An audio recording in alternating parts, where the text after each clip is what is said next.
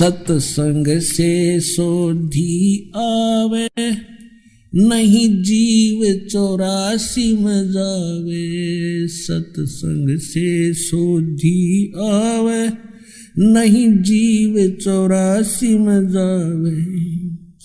अब मेटो द्वेष और राग, हो राग या उम्र बतेरी जाली। अब मेटो द्वेष और राग, हो राग या उम्र बतेरी जाली।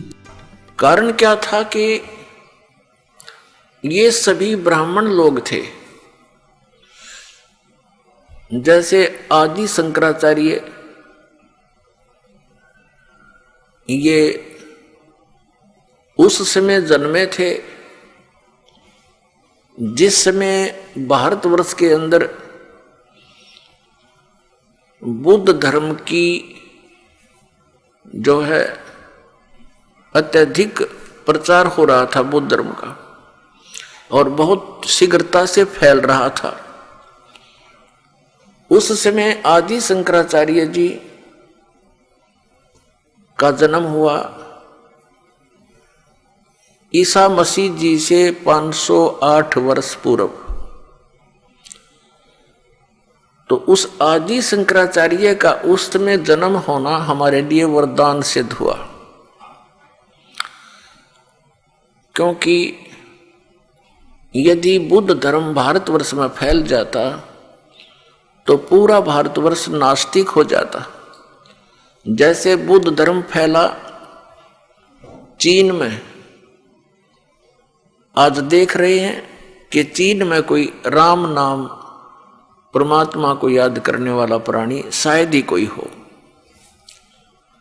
इसका कारण क्या रहा कि ये महापुरुष जैसे महात्मा बुद्ध थे, ये पुण्यकर्मी प्राणी थे पूर्व जन्म के, और इनके कुछ संस्कार शेष रह जाते हैं, उनको फिर मानव शरीर में ये यहाँ का भगवान ब्रह्म देता है, और वो सीधे स्वर्ग से आए हुए थे।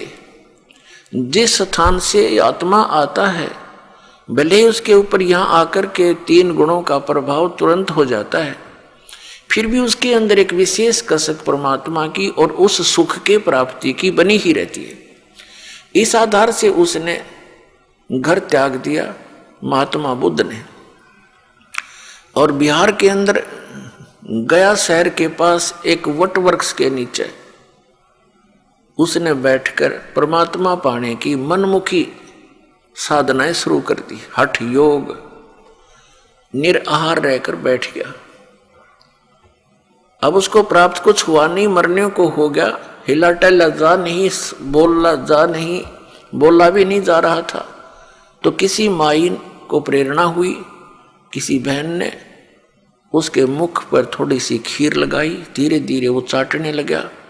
तीसरे चौथे दिन उसने आंखें खोल ली और उठ के फिर प्रचारक बन गया, और विधान बना दिया कि starvation could not lead to salvation. व्रत रखने से, भूखा मरने से भगवान प्राप्ति नहीं हो सकती, आत्म कल्याण नहीं।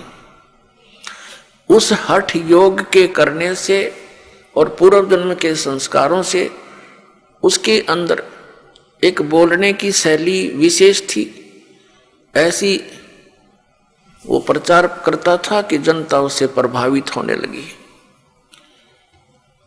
और जिस कारण से उसने बहुत से अपने प्रचारक भी बना दिए, और भारतवर्ष में वो शीघ्रता से फैलने लगा, और पूरा चीन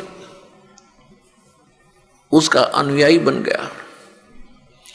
अब वो नास्तिक क्यों हो गए? उसका कारण ये था कि जो वे ऑफ वर्शिप यानी पूजा का मार्ग, भक्ति की विधि उस महात्मा बुद्ध ने बताई, वो शास्त्रों अनुकूल नहीं थी। श्रीमद् भगवत गीता अध्याय नंबर 16 के श्लोक 23 और 24 में कहा है कि शास्त्र विधि को त्याग कर जो मनमाना आचरण करता है उसकी न तो गति होती है, न उसको कोई सुख प्राप्त होता है, और न ही उसका कोई सिद्धि प्राप्त होती है, उसकी सिद्धि भी प्राप्त नहीं होती, अर्थात यूजलेस। यूजलेस यानी व्यर्थ।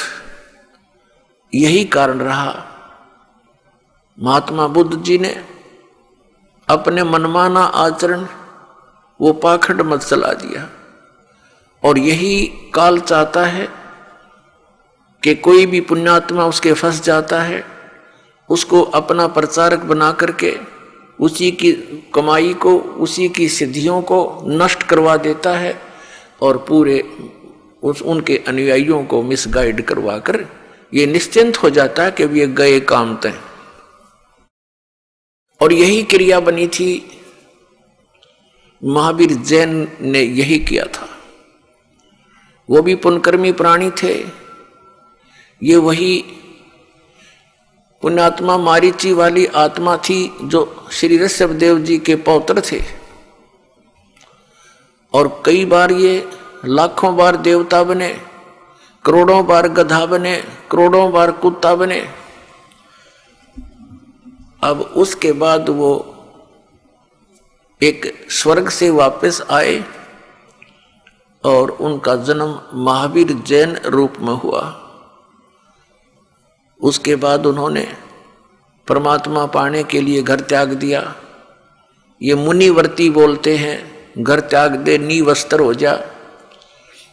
वो निकला था वैराग कसक में, कोई गुरु उनको मिला नहीं, उन्होंने गुरु धारण नहीं किया, मनमुखी हठ योग किए। उसके बाद स्वयं ही प्रचारक बन गया, 363 पाखंड मत चला दिए।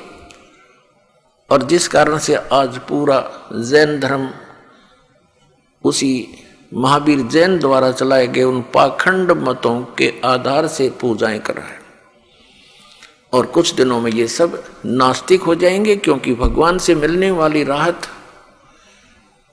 इनको प्राप्त नहीं होती।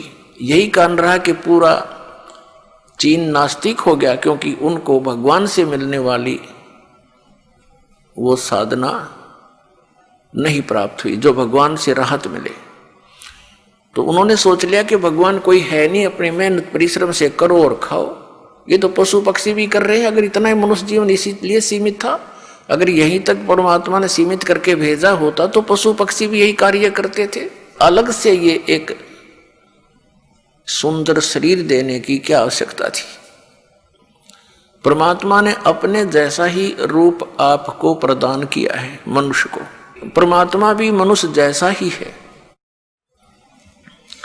लेकिन उनका सामर्थ्य, उनके शरीर का तेज, उनकी खूबसूरती हमसे असंख्यों गुना अधिक है।